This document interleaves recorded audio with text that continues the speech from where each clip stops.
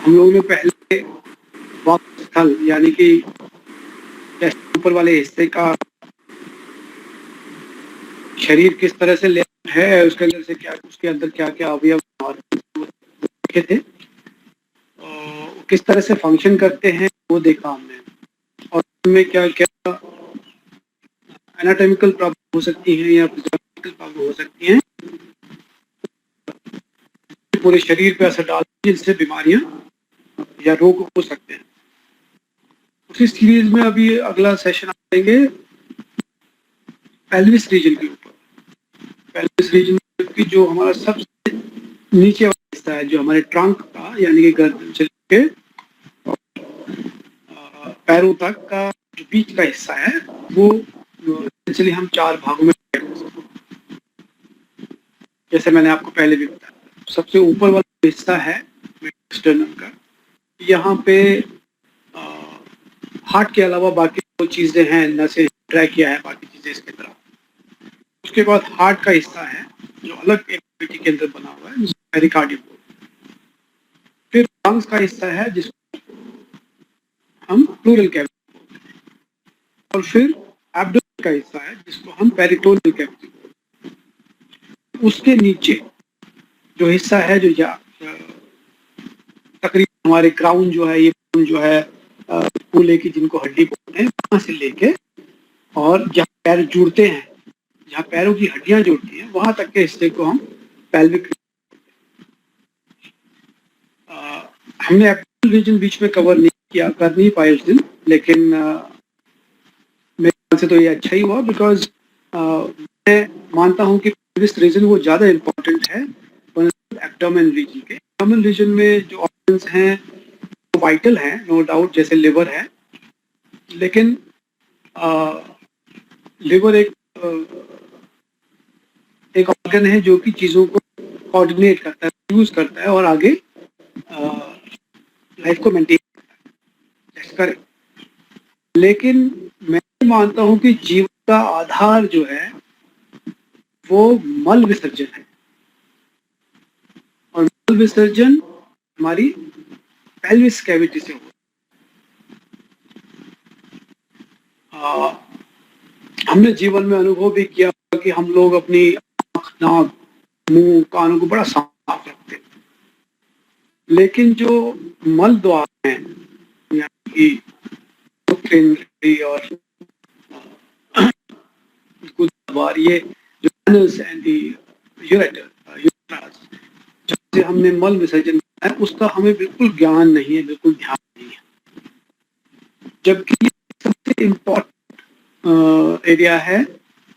और ये इस बात से हम अंदाजा लगा सकते हैं कि अगर कहीं सफाई नहीं होगी, और जबकि वो इलाका ज्यादा गंदे होने के चांसेस हैं, और उसकी सफाई ना हो, तो वहां पे बीमारी होने के चांस ज्यादा बनते हैं। ये हम सभी मानते हैं, और लॉजिकली ये बात आराम से रीजन करी जा सकती है।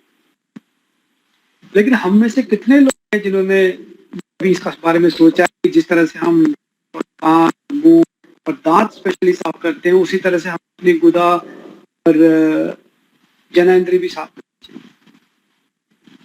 वो हमने कभी सोचा ही नहीं उसके बारे। और इसका जो को स्टैटिस्टिक्स अगर देखेंगे तो ज्यादातर जो कैंसर्स हैं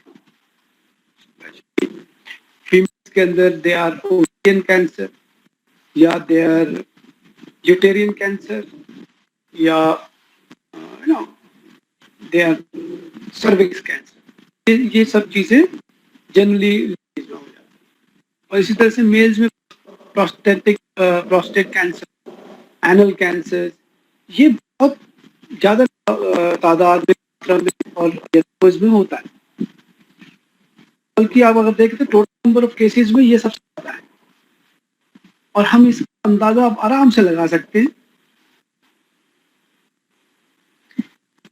बड़ा आसानी से हम लगा सकते हैं। क्यों? क्योंकि जहां पे मल इकट्ठा होगा वहां पर बीमारी फैलने के चांसेस ज्यादा, इसलिए इम्पोर्टेंट है कि हम इसको जाने कि किस तरह काम करता है, इसमें कौन से ऑर्गन्स हैं, और किस तरह से हम उसको मेंटेन कर सकते हैं जिससे ये आसानी से साफ रह सके, अपना काम कर सके। जैसे जैसे हमारे वैदिक सोसाइटी में शूद्र का काम था सफाई करने का, they were most important aspect of our society,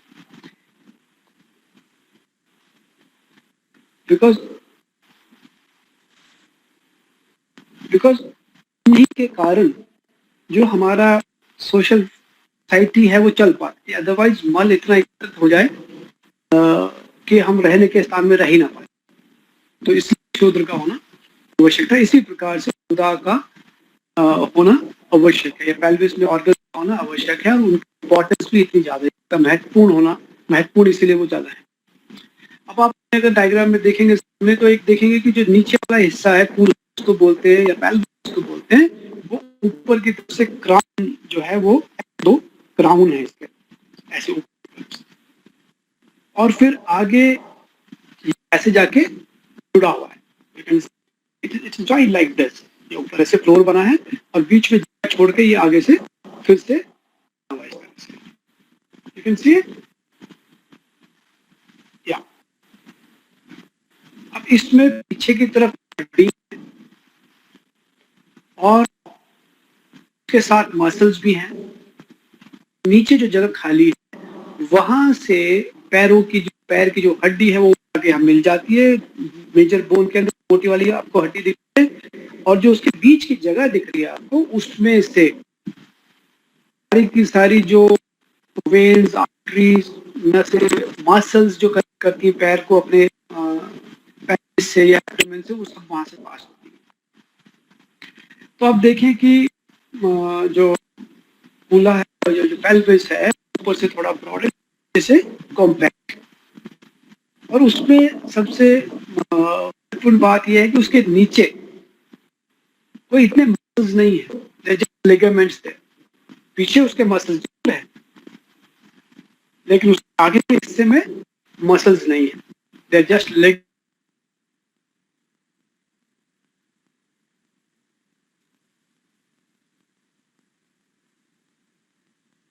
झिल्ली से या डायफ्राम से सेपरेटेड,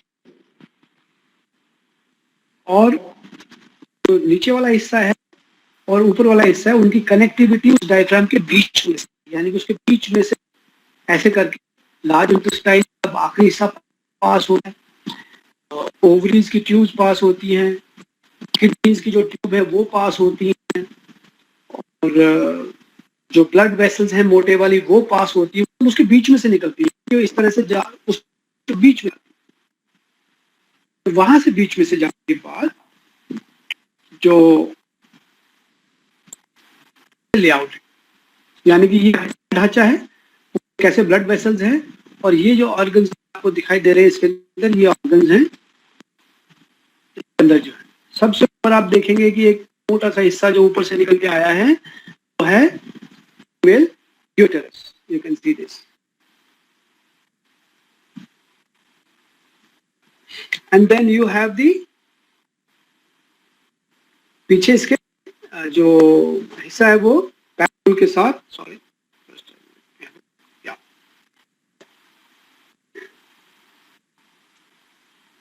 या ये लंबा जो हिस्सा है वो हिस्सा है एनस का, इसके ऊपर का हिस्सा जो है, ऊपर का हिस्सा जो है वो रेक्टम का, फिर इसमें यूटेरस है, और उसके बाद यूरिनरी ब्लैडर है, you can C urinary bladder here.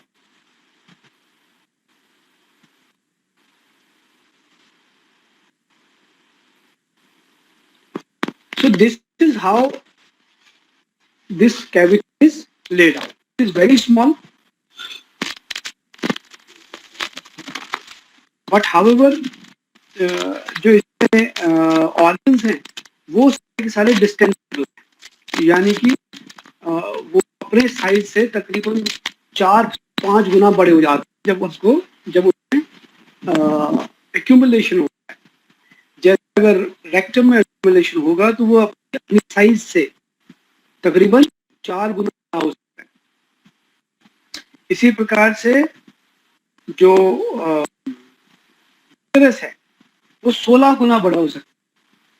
इस प्रकार से जो यूरिनरी ब्लैडर है तकरीबन 3 गुना बड़ा हो सकता है। अब ये बड़ा होता है तो जब ये मल एकत्रित होता है अंदर यूरिनरी ब्लैडर के अंदर, चाहे रेक्टम के अंदर, तो वो अपने स्थान से बढ़ जाता है, यानी कि इंक्रीज इन साइज।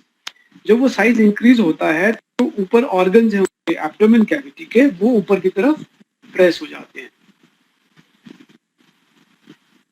मैं ये इसलिए बताना चाह रहा हूँ कि ज्यादातर लोग जो हमारे सिर के, चेस्ट के, पेट के, वो यहाँ से शुरू होते हैं। मल एकत्रित होने से इस प्रकार से जो डिस्प्लेसमेंट है small intestine, large intestine, displacement will cause colicky, यानी कि वो उनके जो जिससे उसमें से खाना लेके जाना है लार्ज इंटेस्टाइन स्मॉल इंटेस्टाइन से, उसको ब्लॉक कर देते हैं। क्यों प्रेस हो जाते हैं? जो प्रेस हो जाते हैं तो उसके अंदर जो मूवमेंट है, चाहे वो एयर का मूवमेंट हो, चाहे वो फ्लूइड का मूवमेंट हो, चाहे वो फूड का मूवमेंट हो, सारा मूवमेंट रुक जाता है। जब वो मूवमेंट रुकता है तब एब्डोमेन एक्सटेंशन हो जाता है। तब बोलते हैं कि पेट भारी भारी है, बड़ा पेट हो गया। हम सोचते हैं कि पेट में प्रॉब्लम हुई है, यानी कि इंटेस्टाइन में प्रॉब्लम हुई है, जबकि प्रॉब्लम कहाँ शुरू हुई? यूरिनरी ब्लैडर में या फिर रेक्टम के अंदर। तो यानी कि जब रेक्टम एनलार्ज होगा, वो एक तो बैकबोन को धक्का लगाएगा, जैसे आप इसमें देख सकते हैं।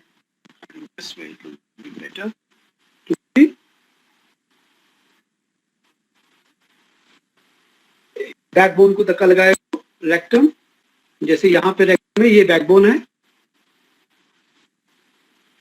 जब रेक्टम बड़ा होगा तो बैकबोन पीछे प्रेस हो जाएगी, क्योंकि ये आगे आगे नहीं करेगा इसको, आगे तो ऑर्गन्स है इसके, पीछे प्रेस हो जाएगा। इसी प्रकार से जब यूरिनरी ब्लैडर बढ़ेगा कि वो इसको प्रेस कर देगा या आगे बोन को प्रेस करेगा, या आगे प्यूबिक बोन प्रेस होगी, और नहीं तो चीजें ये ब्लैडर के ऊपर की तरफ प्रेस होगा, ऊपर की तरफ। यहाँ पे इसके ऊपर जो है लार्ज स्मॉल इंटेस्टाइन का एरिया है, उसको प्रेस करेगा, फ्रीज को प्रेस करेगा। इसी प्रकार से जब एनएस में प्रॉब्लम होगी तो वो डिस्टेंड होगा, और नीचे के जो बैकबोन है, चाहे उसको कोको रीजन बोल दें, और उसके ऊपर का जो है वो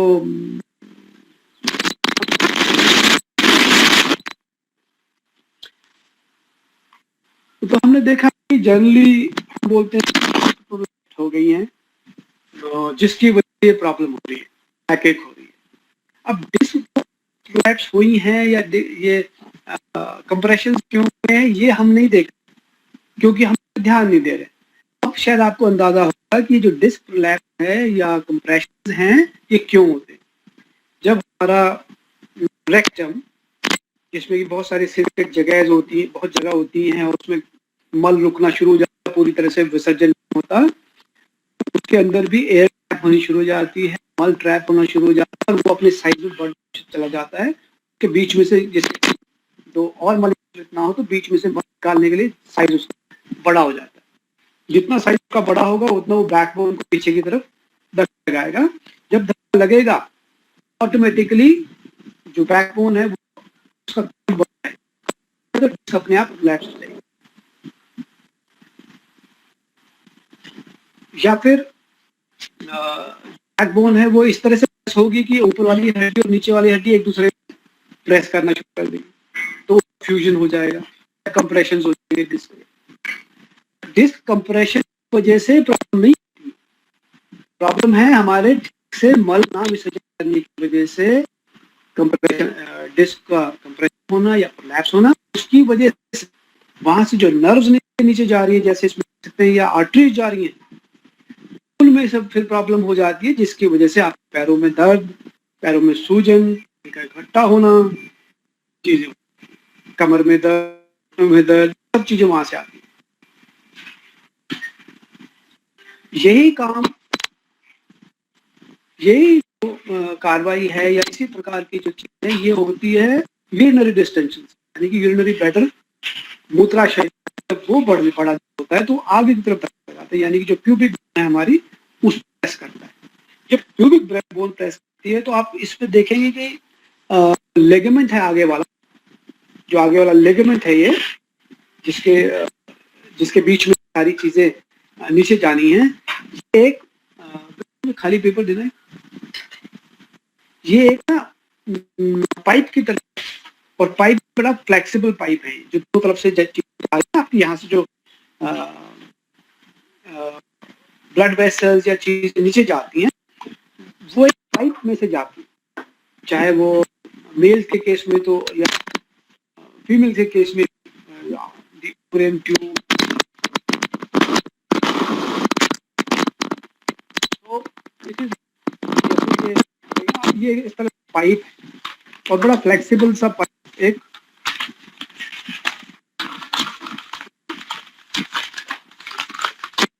ऐसे फ्लेक्सिबल पाइप इस तरह से, और उसके बीच में से इस तरह से ब्लड वेसल निकल के जाती है।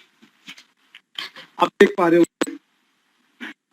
इसी के साथ जाएंगी, इसी के साथ जाएंगी, इसी के साथ लिम्फेटिक जाएंगे, ये सारी चीजें इसी के बीच में से जाएंगे।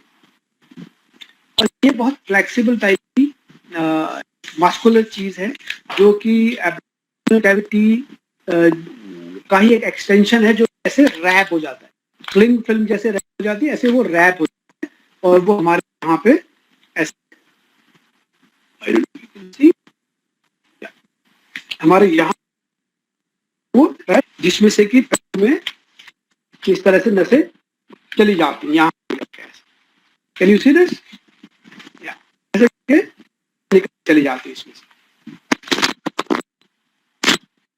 अब जब यूरिनरी ब्लड स्टेंट होता है तो ये प्रेस हो जाता है, ये प्रेस हो जाता है। जब प्रेस होगा तो इसके अंदर से जाने वाले जो ट्यूब्स हैं उनमें जो प्रवाह होने वाला लिक्विड है, फ्लूइड है, वो सारा का सारा रुकना शुरू हो जाता है। जितना रुकना शुरू होता है उतने ही पैरों की दिक्कतें शुरू हो जाती है।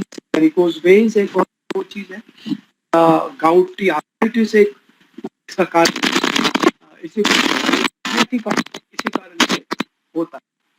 लेकिन सभी के सभी सोचते सciatica है, ये हो गई है, इसको ऑपरेट करते हैं, हाले ये नहीं सोचते कि ये प्रेस किस चीज से हो रही, किस चीज से प्रेस हुई, ये यूरिनरी ब्लैडर के टेंशन से हुई या से हुई। यूरिनरी ब्लैडर का डिस्टेंशन अगर हम रोक सकते हैं टाइमली पास करके, या रेक्टम का डिस्टेंशन हम रोक सकते हैं टाइमली डेफिकेट करके, मल विसर्जित करके, तो उससे जो प्रॉब्लम होने वाली प्रॉब्लम्स है, तो पूरे शरीर में होने वाली प्रॉब्लम्स हैं, जो कि डायरेक्टली फिजिकली इफेक्ट करती है। जैसे मैंने कहा कि अगर रेक्टम डिस्टेंडेड है या गुदा डिस्टेंडेड है तो वो यूटेरस प्रेस करेगा, यूटेरस प्रेस होगा तो उसके अंदर से जो एंडोमेट्रियम है या जो लाइनिंग है उसमें फोल्ड्स बन जाएंगे।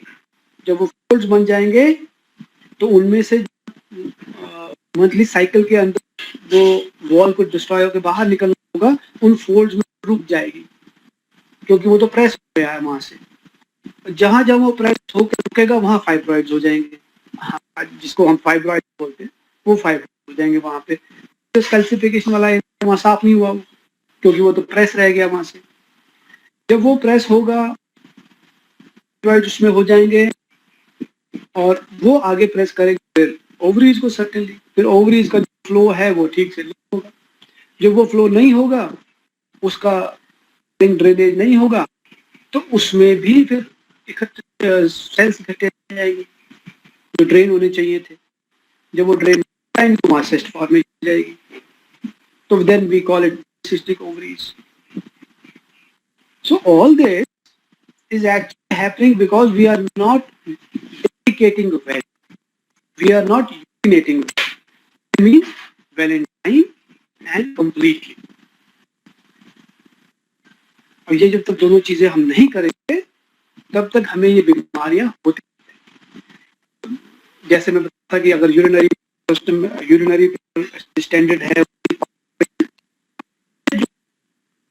में खुजलियां, पैर में खुजली, रैशेस, सेलाइटिस, ये सब बीमारियां इस कारण से होती हैं, यानी कि यूरिनरी सिस्टम ठीक से काम नहीं कर, यानी कि यूरिनरी सिस्टम जो विसर्जन का काम है वो ठीक से, एक्सक्रीशन ठीक से, यूरिनरी सिस्टम में किडनी वगैरह भी आती है, बट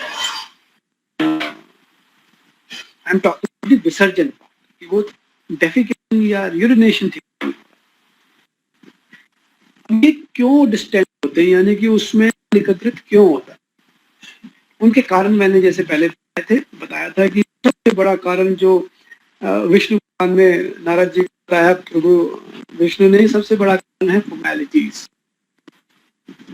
फॉर्मेलिटीज यानी औपचारिकताएं करते हैं हम कि यूरिन ठीक नहीं है, किसी चले गए तो डेफिकेट करना ठीक नहीं है, मतलब ये फॉर्मेलिटी सी कर लेते हैं हम, जब उससे वो डिस्टेंशन हो जाता है, डिस्टेंशन से भी वो जो मैंने बताई हो जाता है।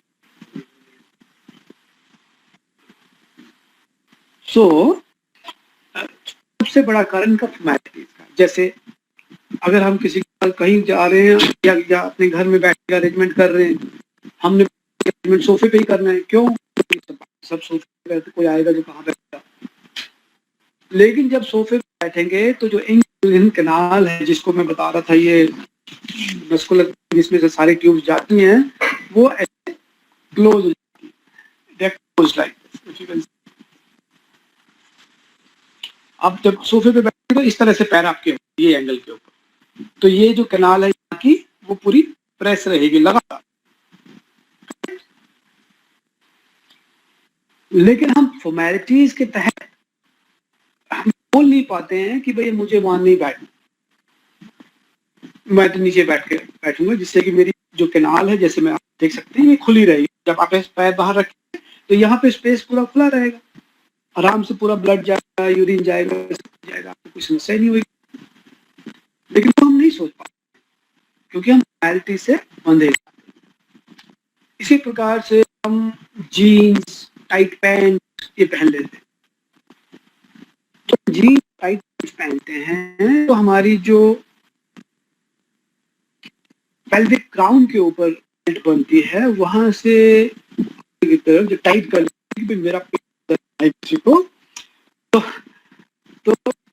ब्लैडर डिस्टेंट होता है, उसको जगह मिलती बेल्ट की वजह से, तो वो या तो ऊपर नीचे की तरफ नीचे जाता है तो सारे के सारे यूरिनरी बन जाते हैं, जब ऊपर और साइड में जाता है तो सारे के सारे पैर टिश्यू बन जाते हैं, जैसे वेरिकोज वेन, लेकिन हम फिर भी क्योंकि फैशन ऐसा है, कोई बोलेगा कि जीन्स के बिना घूमता है, तो पजामा पहनता है तो ठीक नहीं। So all these are reasons for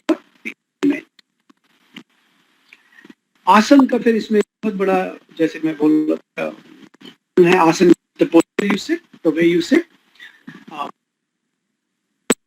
तो हमारी जो स्पाइन है, आप देख सकते हैं इसमें, जैसे have a look, can you see this, इस स्पाइन का जो कर्व है ये हम जनरली बाहर निकला देते हैं, जबकि ये कर्व जो है, ये जो कर्व है एल रीजन का, ये अंदर होना चाहिए, ये अंदर होना चाहिए, और जो कोकोजेल को बाहर होना चाहिए, और इसके ऊपर का है वो फिर से बाहर होना, तब वो हमारी नेचुरल स्पाइन आएगी।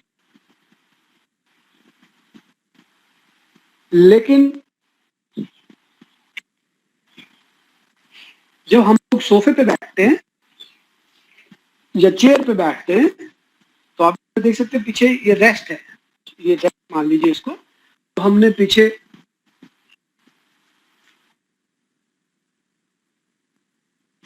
रेस्ट कर, अब शरीर को ऐसे हम चेयर के ऊपर ऐसे बैठ जाते हैं, इसलिए होती है। अब आप इसमें देखते हैं कि ये जो लंबर रीजन है जो कि अंदर होना चाहिए वो बाहर चला गया, जो थोरेसिस रीजन है जो बाहर होना चाहिए वो अंदर चला गया, जो एंग्युलर कैनाल है, ये जो कैनाल है जो खुली होनी चाहिए वो बंद होगी, तो अब आप इसी में लगाते हैं कि हमें चेयर्स पर बैठने में कौन सी बीमारी हो सकती है।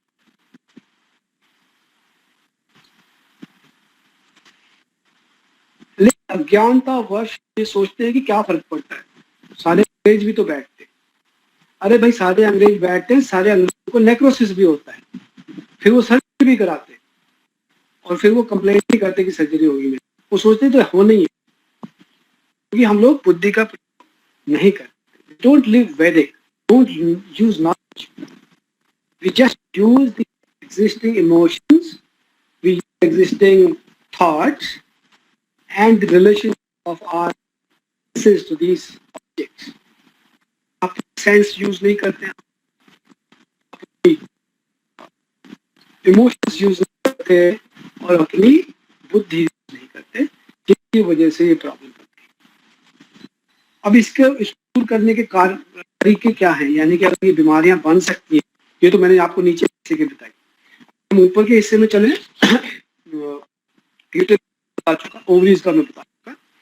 उसके बाद अगर आप चले कोली की इन दी इंटेस्टाइन, गैस का रुकना, डिस्टेंशन होना, ये उसके बाद शुगर फर्दर अप तो स्प्लीन को और लिवर दोनों को प्रेस करेगा, ये दोनों सॉलिड ऑर्गन्स हैं, ये ऊपर की तरफ जाएंगे। लिवर सॉलिड है, स्प्लीन तो फिर भी सॉफ्ट है, तो वो दोनों ऊपर की तरफ चले जाएंगे। और जब वो ऊपर जाएंगे तो आपने पहले देखा है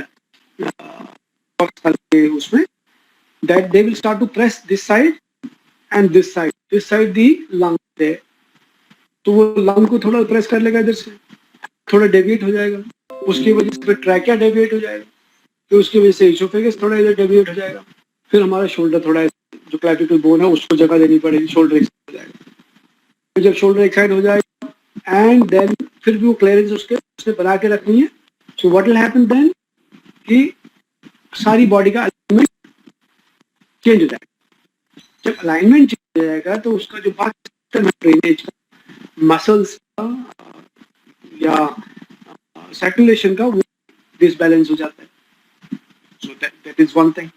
और अगर हम एडजस्ट नहीं कर पा रहे, यानी कि अलाइनमेंट चेंज नहीं हो रहा है, तो it will start to press against the heart, pericardium पे प्रेशर आएगा, लंग्स पे प्रेशर आएगा, स्टमक के ऊपर प्रेशर आएगा। जब इन तीन जगह में प्रेशर आएगा, इसका डिस्टेंडेड ब्लैडर का या डिस्टेंडेड रेक्टम, जब प्रेशर ट्रांसमिट होकर यहाँ तक पहुंच जाएगा तो जो ड्रेनेज है म्यूकस की from the lungs into the stomach वो होनी बंद हो जाएगी। लंग्स में भी नीचे वाले हिस्से वेंटिलेशन में काम नहीं करेंगे क्योंकि वो तो प्रेस हो गए, ऊपर का हिस्सा ही बच चलेगा, नीचे वाला जो नीचे की तरफ जाना कम हो जाएगा, तो उसमें भी एक्यूमुलेशन शुरू हो जाएंगे, पूरा जो फ्लूइड है वो शुरू हो जाएगा, बिकॉज वो तो नहीं रहा है, काम कर रहा है। तो जब फ्लूइड हो जाएगा, और वो फ्लूइड का निकलने का तरीका दो है, या तो वहां से डायरेक्टली वो लिम्फेटिक सिस्टम में एब्जॉर्ब हो जाएगा, और या फिर ऊपर की तरफ आके गले से इसोफेगस से वापस स्टमक में जाके फिर पार हो जाएगा। लेकिन स्टमक हमने प्रेस कर दिया तो जा नहीं पाता, उसका प्रोड्यूस्ड म्यूकस जो रुका हुआ है तो गले पूरा म्यूकस बना रहता है।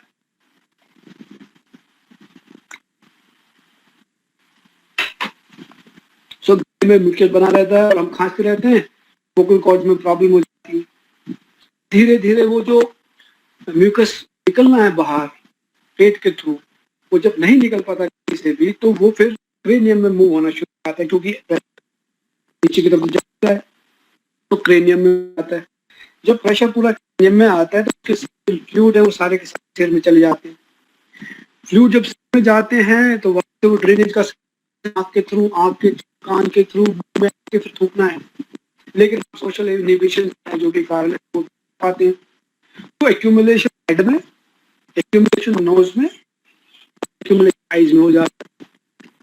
इसकी आईज हो जाती है तो मस्कुलैरिटी खत्म हो जाएगी, तो एक्यूमुलेशन हो साइनसेस ब्लॉक हो जाएंगे, उसकी वजह से मूवमेंट ऑफ फ्लूइड बंद से नहीं जाएगा, सिर में दर्द होगा, जिसको बाइक बोलना शुरू कर देंगे हम। इसी तरह से कानों में आवाजें आना, तो ये सब चीजें शुरू होंगी। और फिर हम जब वेंटिलेशन ठीक से नहीं हो रहा है, आँख में ठीक से नहीं टिक रहा है, तो फिर कोई ना कोई बीमारी बन जाती, फिर हम उसको बोलते हैं कोविड है हमारे पास। अरे भाई, आपका वेंटिलेशन नहीं हो रहा है, क्लीनिंग, तो जो ड्रेनेज सिस्टम है वो काम नहीं कर रहा, विसर्जन नहीं हो रहा है, तो कोई भी आगे पकड़ लेगा, फिर तो बीमारी है ही है। सो आई एम सेइंग ये चीज हम ध्यान ही नहीं देते। सबसे जो कुछ से कम इम्पोर्टेंस है, लेकिन हमारे पूर्वजों योग में बस उनको एक बहुत बड़ा इम्पोर्टेंस दिया। उसने कहा है कर्म should be 50% of your ablution system, total ablution 50%, यानी कि आपको 50% समय आपकी खुदा और लिंग को साफ करने के लिए या योनि को साफ करने के लिए करना चाहिए, क्योंकि वो ट्यूब्स हैं, वो इतनी आसानी से अपने आप साफ नहीं, अलग कारणों से साफ नहीं, क्योंकि हम गलत बैठते हैं, गलत तरीके से सांस लेते हैं, गलत खा लेते हैं, जिसकी वजह से वो क्लियर नहीं होता। कई कारण है। अब उसको साफ रखने के लिए वस्त्र कर्म आवश्यक है, इंसर्ट ऑयल और water, medicine, so as to clean it. और उसके बाद जो आजकल की मॉडल में we start call it that is the anus out in the water, leaving it there, cleaning it inside with your fingers, and then retracting, leaving it again, cleaning it, and this way peristalsis के जरिए में जैसे there are 3 rings inside the anus, so each ring is the wall, so wall होते हैं एक ऊपर, वो एक वॉलंटरी वॉल है, एक इनवॉलंटरी वॉल है ऊपर वाला, नीचे वाला वॉलंटरी वॉल है। दोनों का सामंजस्य बनाना जरूरी है, जिससे कि ड्रेनेज है, जिससे कि विसर्जन हो। उसके लिए ये हमें रोज अपने छठ कर्म क्रिया में करनी चाहिए, जिससे कि हमारा जो कार्य लोगों का दूर, फाइल्स होंगे ना, फिश ना, एनल कैंसर्स होंगे, ना पैरों में दर्द होगा, वेरिकोस नहीं होंगे, कुछ भी नहीं होगा, कोई बीमारी नहीं होगी। लोअर रीजन की, अपर की भी आधी बीमारियां खत्म होगी। So just by doing vasti karma and by doing sanchalini kriya we can prevent most of the disease, because वही मल विसर्जन होना है। हमारे गटर और नालियां ठीक है, शहर साफ रहता है। ऐसे हमारे की नालियां और है तो घर तो गंदा पानी भर जाए, और गंदे पानी में आपको पता है कुछ भी कीड़े मकोड़े जो आपकी बीमारी फैल। सो इसको मैंने एनाटॉमिकल डिटेल्स में नहीं किया, क्योंकि मैं प्रैक्टिकली समझाना चाहता कि ये 2 चीजें, यानी कि एनुअल और रेक्टल या ये 3 चीजें हैं, इनको से अगर काम करते रहे तो हमारे शरीर में कोई मल जो इकट्ठा नहीं होगा, एकत्रित नहीं होगा, और जब मल एकत्रित नहीं होगा तो वो उससे होने वाली बीमारियां भी नहीं। उसके अलावा कुछ हर्ब्स हैं सारे एरियाज में काम करते हैं, जिनको हम ऑफ दे सकते हैं मौसम के हिसाब से। जब डिस्टेंशन ब्लड में ज्यादा होने के चांसेस हैं, जैसे आज अभी का मौसम है, तो 60 तक एक हर्ब आता है, 60, उसको हम दाल में, सब्जी में थोड़ा थोड़ा डाल सकते हैं, और उससे जो है यूरिनरी ब्लैडर का डिस्टेंशन क्लियरिंग होता रहे। इसी प्रकार से विडंग एक चूर्ण आता है जिसका रिलेशन डायरेक्टली रेक्टम से है, तो अगर उसको लेंगे, रेक्टम से नहीं, सॉरी, एनस, तो अगर हम उसको थोड़ा थोड़ा चूर्ण हम इसमें मिला देंगे, बायोविडम का चूर्ण, तो उसमें मल एक्यूमुलेशन वहां पे नहीं होगा। इसी प्रकार से ऑयल के अगर बस्ती लेगी तो उसमें जो वायु एक्यूमुलेशन है वो नहीं होगा। तो ये 3 चीजें अगर हम करते रहे तो गुदा बस्ती है इसके होंगे और इससे जुड़े हुए बाकी सारे प्रॉब्लम नहीं होंगे। इसके और भी कारण हो सकते हैं बस्ती के ना रुकने के, जैसे प्रॉपर डाइजेशन, क्योंकि जो हमारा ये पूरा कैनाल जो है फूड पाइप, वो एक पाइप है ऊपर से लेकर एक चीज, इसको अलग अलग ना मान लें कि भाई ये मेरे दांत हैं और ये मेरे एनस है, ऐसा नहीं है। एक्चुअली ये एक ही चीज है, एक ट्यूब है दांतों तक, पूरे होठों तक एक चीज है। और जो प्रॉब्लम यहाँ होगी वो धीरे धीरे चल के इसके साथ साथ यहाँ भी पहुंच, कि इसमें कहीं पे भी कोई भी प्रॉब्लम हुई उसका मैनिफेस्टेशन ऊपर की तरफ या नीचे की तरफ होगा ही होगा। जैसे मुंह में छाप हो जाना, पौधे हो जाना, का फटना, ये सब एक्सटर्नल नहीं है, वैसलीन लगा के ठीक नहीं होगा। इनका कारण गुदा में है। गुदा ठीक हुई तो उसके साथ जो चैनल है, इसके साथ साथ पूरा जो लेयर्स है इसके ऊपर, एक अंदर की लेयर, बीच की लेयर और बाहर की लेयर, उन लेयर्स के बीच में फैशिया पूरा ऐसे लाइन में है। ये चैनल्स हैं, फ्लूइड और ये सब चीजें मूव करती है, सिर्फ उसके अंदर ही मूव नहीं करती, बाहर भी उसके। और जब उनका ड्रेनेज ठीक नहीं होगा, गुदा डिस्टेंडेड होगी, तो यहाँ मुंह में उसका मैनिफेस्टेशन होगा, काले पड़ जाएंगे, मुंह खुलेगा ज्यादा, हाथ फूलने लगेंगे, मसूड़े फूल जाएंगे, ये सब। तो सबसे इम्पोर्टेंट जो है हमारा हिस्सा है शरीर का, वो है पेल्विस, और वो सबसे डेलिकेट भी है। उसके अंदर पीछे ही है सब जगह टेंडन्स और लिगामेंट्स ही है, यानी कि उसके एनलार्ज होने के, डिस्टर्ब होने के चांसेस ज्यादा है। अगर हम सही पोस्चर नहीं अपनाएंगे तो वो उसके टेढ़े मेढ़े होने के चांसेस बहुत ज्यादा हैं। जैसे थोरेसिक में नहीं हो सकता क्योंकि तो हड्डियां हैं, इंटरकोस्टल मसल्स हैं, इसको नहीं होने देंगे। इस तरह से एब्डोमेन में मसल्स हैं, ट्रांस मसल्स हैं, वर्टिकल मसल्स हैं, तो यहाँ भी चांसेस कम है। चांसेस हैं हमारे पेल्विस रीजन में डिस्टॉर्ट होने के, और वो भगवान ने किसी सोच के रखा कि अगर डिस्टेंशन होता है तो ये फूल जाए, जगह उसको, ये खराब ना हो। तो इस ध्यान रखना चाहिए, किस तरह से बैठना है, किस तरह से चलना है, यानी कि क्या एक्सरसाइज करनी है जिससे कि ये ठीक रहे। इसमें एक बहुत इंपॉर्टेंट हिस्सा है जो सबसे नीचे फ्लोर है, पेल्विस फ्लोर जिसको बोलते हैं, जो मैंने दिखाया था हड्डी के बीच में, उसमें इस तरह से जाल सा है, that's called perineum. Perineum perineum इस तरह से नीचे एक एक जाल की तरह है, जैसे एक कपड़े की तरह है। इसके ऊपर जो है ब्लैडर रखा होता है, यूरिनरी, इसी के पीछे एनस रखा होता है। तो जब इसको मूव करेंगे तब यूरिनरी ब्लैडर जो है वो होता है। तो जो धारा बंद है उसका पर्पस यही है, यानी कि आप योग के कोई भी आसन लगाने के समय, कोई भी प्राणायाम करने के समय मूल बंध जरूरी है, मूल धारा बंध जरूरी है। वो इसीलिए जरूरी है जिससे कि जब मूल धारा बंद हो जाएगा तो जो यूरिनरी ब्लड की सपोर्ट ठीक हो, अगर कोई अर्ज है यूरिनेशन की तो पता चल जाएगी और तुरंत आप यूरिनेट करने के बाद फिर आप जाएंगे, कोई उस प्रेशर डिस्टेंशन का आपके ऊपर नहीं पड़ेगा। तो पेरिनियम का मूवमेंट है एक वॉलंटरी मूवमेंट है जो हमें प्रैक्टिस करना चाहिए के साथ साथ इस पेरिनियम करना चाहिए, जिससे कि जो यूरिनरी ब्लैडर का मूवमेंट ठीक रहे।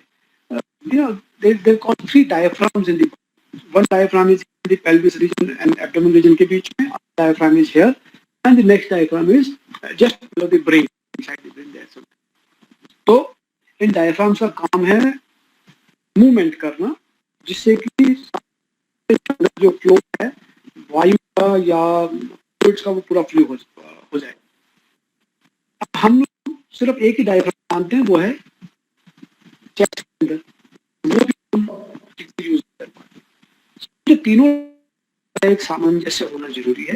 पहले सबसे पहले पेल्विस डायफ्राम जो है वो चले, जब भी सांस लेना निकाल, फिर उसके चेस्ट डायफ्राम, फिर जो ब्रेन डायफ्राम या ब्रेन के नीचे का डायफ्राम, तीनों डायफ्राम सीक्वेंसली काम करो। जब सांस निकालें तो पहले ब्रेन के नीचे वाला, फिर ये वाला और फिर ये वाला। करने से जो सर्कुलेशन है फ्लूइड का जिस तरह से होना चाहिए उसी प्रकार से, इसीलिए कपालभाति जो वो इस नियम से किया जाता है। लेकिन हम 90% लोग कपालभाति प्राणायाम को अपने एब्डोमेन से करते हैं। एब्डोमेन से करने से और जो कि पहले डिस्क में आ चुके नहीं हो उनको और प्रेस करना है। हमें परिनियम को प्रेस करना है जिससे कि जो उसका पर्पस है प्राणायाम का वो पूरा हो, यानी कि जो सर्कुलेशन है फ्लूइड्स का, मूत्र शामिल है जिसने बाहर निकलना है या किडनी से नीचे आना है वो शामिल है, वो हो जाए। तभी होगा जब हम पेरिनियम को मूव करना सीखेंगे। तो जब की क्लास हम चलाएंगे शुरू कर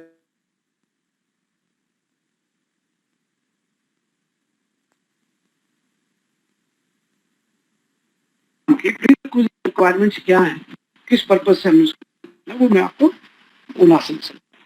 यहाँ I have completed the importance of pelvis region, कैसे वो लेड आउट है और उससे ठीक से मेंटेन ना होने से क्या क्या रोग हो सकते हैं, उन रोगों के क्या क्या कारण है और उनको कैसे रोगों का निवारण कर सकते हैं, ये मैंने आपको ब्रीफ समझा।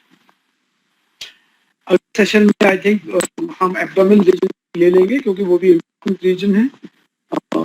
इतना इम्पोर्टेंट नहीं है पर है इम्पोर्टेंट, क्योंकि योग क्लास हम चलाएंगे या रखेंगे योग के या आयुर्वेद के बाकी रोग के रखेंगे तो उसमें हमें जानना जरूरी हो। सो आई हैव फिनिश्ड हियर। अगर किसी का कुछ सवाल है पूछना चाहते हैं तो आप पूछ सकते हैं, और नहीं तो इंडिविजुअल भी आप कॉल करके आप पूछ सकते हैं उसके बारे में।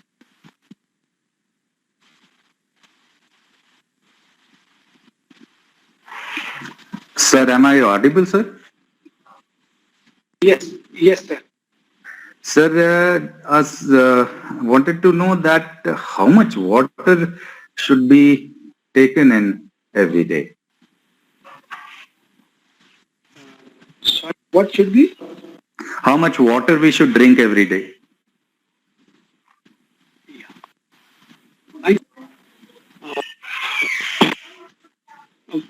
Sunil is asking a question कि कितना पानी हमें पीना चाहिए। टोटल जो फ्लूइड अवेलेबिलिटी है शरीर के अंदर, जो फ्लूइड एक्सचेंज है, जो चेंज होना चाहिए फ्लूइड, वो तकरीबन 2 से 2.5 लीटर की कैपेसिटी उसकी एवरेज की है। कितना चेंज होना चाहिए depending upon the how much deterioration takes place in the. लेकिन यहाँ ये मान लेना ठीक नहीं है कि अगर 2-2.5 लीटर की एक्सचेंज कैपेसिटी है या इतना चेंज होना चाहिए तो उतना ही पीना चाहिए। That is wrong. हो सकता है शरीर में आपने सब्जी खाने पीने के साथ काफी पानी ले लिया और अगर आप 2.5 लीटर पी लेंगे तो एक्सेस वाटर हो जाएगा और आपके शरीर में एडिमा हो जाएगा, ब्लड प्रेशर हाई होगा और यूरिनरी डिस्टेंशन हो जाएंगे। और सिर्फ 2.5 लीटर मान लें और हम बहुत दौड़ फिर के आए हैं, पसीने निकल के आए हैं, पानी कम है और हम सिर्फ 2.5 पिएंगे क्योंकि इससे ज़्यादा हो जाएगा, तो फिर हमें dehydration, weakness, lack of fluid movement वगैरह हो जाएंगे। सो it is better to rely upon the sense of thirst. Sense of thirst is the biggest or the most appropriate measurement how much to drink. Thank you, sir. Thank you, sir. All will join in for the abdominal cavity and then we will start with the Rog and Yoga. Thank you. धन्यवाद।